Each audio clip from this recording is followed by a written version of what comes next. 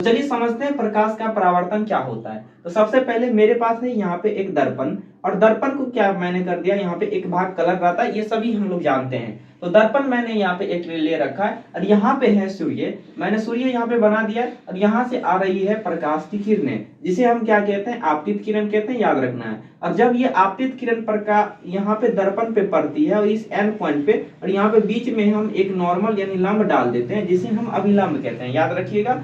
और जैसे ही ये किरण ऐसे इस दर्पण पे पड़ती है इस पॉइंट पे, और इस पॉइंट पे पड़ने के बाद कुछ इस दिशा में या किसी दूसरे दिशा में वापस लौट आती है, तो इसको हम लोग क्या कहते हैं, परावर्तित किरण। ठीक है, तो इस पूरे घटना को अगर हम लोग बोले, इसे इसी चीज को हम क्या कहते हैं, प्रकाश का परावर्तन। और हमारे यहाँ आंख में ये प्रकाश की किरण दिखाई देती है कि कैसे दर्पण से आया और यहाँ पे हमारे आंख तक प्रकाश की किरणें पहुंची, और इस आने वाली किरण को हम लोग क्या बोल देते हैं, परावर्तित किरण। ठीक है, तो मुझे उम्मीद है कि प्रकाश का परावर्तन आपने समझा होगा अच्छी तरीका से। और उसके बाद यहाँ पे दो नियम बना है इस परावर्तन के लिए। ठीक है, तो पहली नियम क्या कहता है कि I बराबर R होता है, यानी हम जो यहाँ पे आपतित किरण के साथ जो कोण बनाए दर्पण के साथ, इसे हम I बोलते हैं। यहाँ पे जो परावर्तित किरण है इसके साथ जो कोण बनाए दर्पण के साथ, उसे हम R बोलते हैं। और ये दोनों बराबर होता है, कहने का मतलब अगर ये I का मान अगर 30 डिग्री अगर कभी होता है और आपसे पूछे कि R का मान बताओ क्या होगा, तो याद रखिएगा 30 डिग्री का बनेगा। ठीक है, तो यही होता है पहला नियम। दूसरा नियम कहता है कि ये आने वाली किरण जो होता है दर्पण के एंड पॉइंट पे,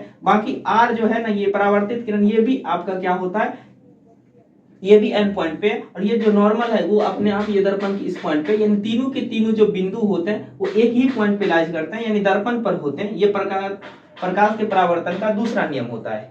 तो मुझे उम्मीद है कि आप लोग अच्छी तरीके से समझ गए होंगे।